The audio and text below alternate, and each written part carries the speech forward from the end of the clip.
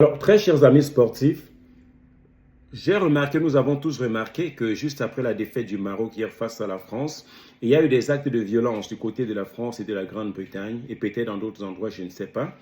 Mais je voudrais qu'on s'arrête un moment, qu'on arrête de parler du match et que l'on discute ou qu'on parle juste un petit peu de sport et violence. C'est presque général. On a toujours vécu cela.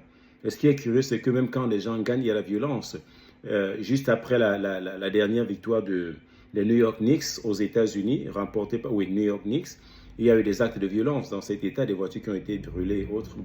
Ne parlons pas de ça, revenons à ce match Maroc-France. Cette vague de violence que l'on a observée. Il faudrait déjà expliquer comment la violence arrive. Très souvent, cela commence avec juste une minorité de personnes qui posent des actes de violence. Alors, se retrouvant donc dans un groupe, puisqu'il y a un collectif, les restes ou le reste des membres du groupe là, vivent ce qu'on appelle un phénomène de désindividualisation, qui consiste en ce que on ne se sent pas responsable individuel des actes qui sont posés dans un groupe. Et quand cela se passe ainsi, puisque personne ne se sent responsable des actes qui ont été posés par une minorité, il se produit ensuite un effet de contagion émotionnelle.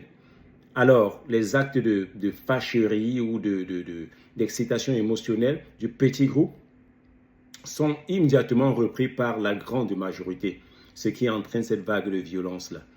Alors, il y a cet effet. Il y a également des effets il y a des facteurs extérieurs qui arrivent, tels que, je vais citer des tensions sociales préexistantes. Il y a les prises, des gens peuvent boire de l'alcool et mal se sentir.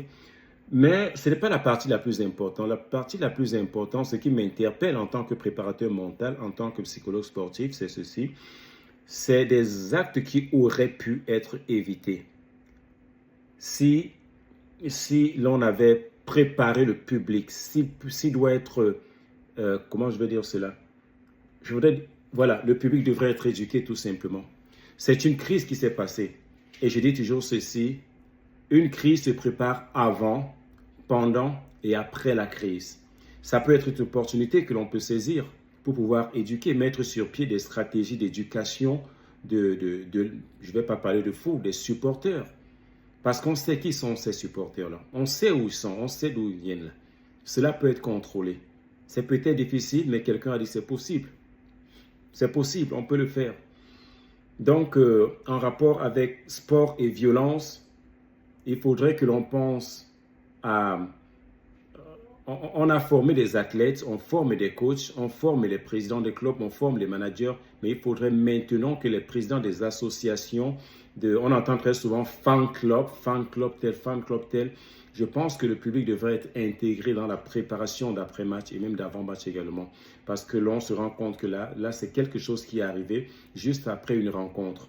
Et malheureusement, c'est des actes déplorables que tout le monde paie pourtant. Et on pourrait éviter cela dans le cadre de la préparation mentale, psychologique des supporters. C'est possible de le faire. Et on espère que les actes ainsi ne vont plus se produire jusqu'à la fin du mondial. Et on se retrouve donc demain pour un débrief des autres rencontres des quarts de finale qui seront jouées. Et je ferai, comme d'habitude, des analyses, des lectures psychologiques. Donc je vous retrouve demain.